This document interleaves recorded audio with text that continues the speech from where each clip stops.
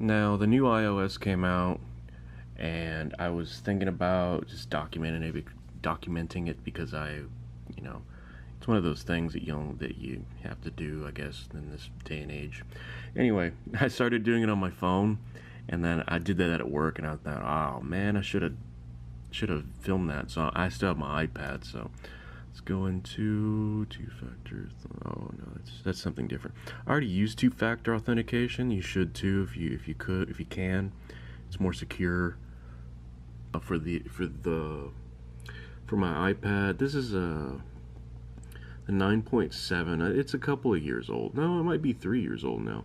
Anyway, 1.8 gigs is the size.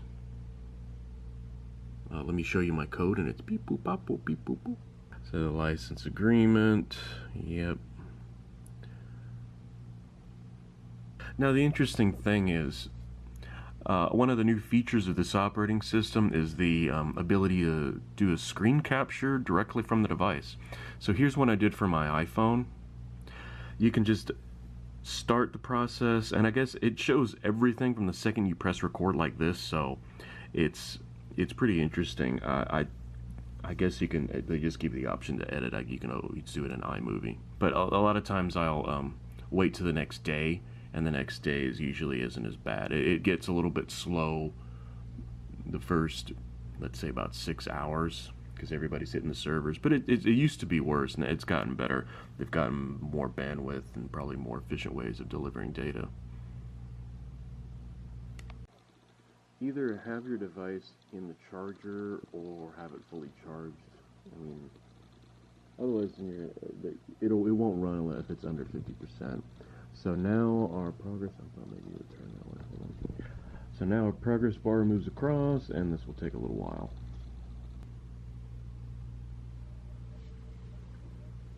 Call them Morty's Mind Blowers, and we'll be doing this instead of interdimensional cable.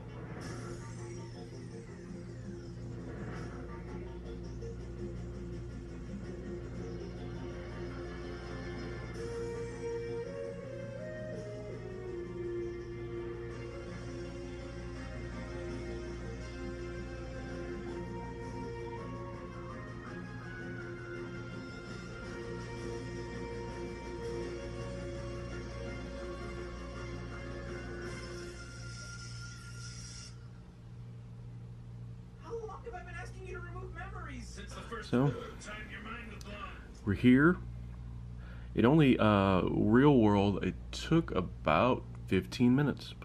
It's been streamlined a lot. It used to be that it would take a lot longer, and then you'd have to, with like your iPhone, it would have to go through an authentication server, and you'd have to wait in a queue, and it would take a long time. But a lot of it has been streamlined over the years, and it's an in-place upgrade, which something I stray from if at all possible, and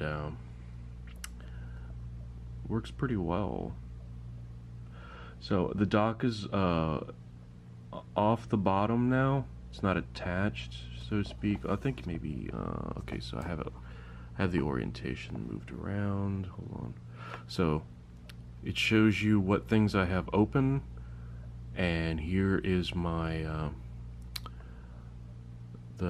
I forgot what they call them. Anyway, let's do this. So now we have this icon. So after adding it, now I hit the thing with my I hit the screen with the tripod I have this thing attached to. So swipe up, you hit this button. It'll start recording now. So now we're in here.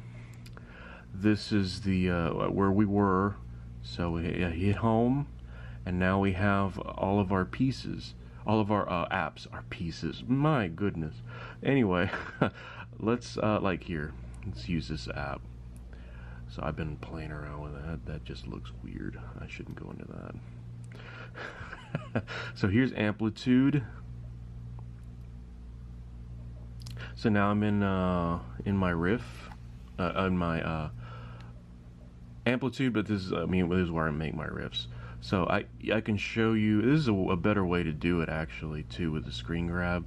So because the other way, then you have to attach it to your computer, and it tries to sync and blah. It's a pain. This makes it super easy, and I just get out of this app, and let's go to YouTube. So I mean, it'll show you, like, if you're trying to do a demonstration of something, you can just you could just use this and then do some sort of a voiceover. So that's the now to stop it, we just go back. Oh, here's another thing to note real quick. Actually, let's go back here. Oops. If you notice, we have this line at the bottom where the dock is, and these are the apps that are open on one side, and then the other side are just the regular are the apps that you have in your dock. So the dock is expandable. That's very nice. So let's go ahead and stop. Go back to where we were. We see that the red light is blinking, and boom, we're back in this world, and it shows you the screen recording was saved to the photos, and there you have it. So you can actually swipe up and get rid of these apps. Same as the iPhone. The interface is really cool. I think this is I think it's one of the better updates, at least for how I use the my iPad and my iPhone.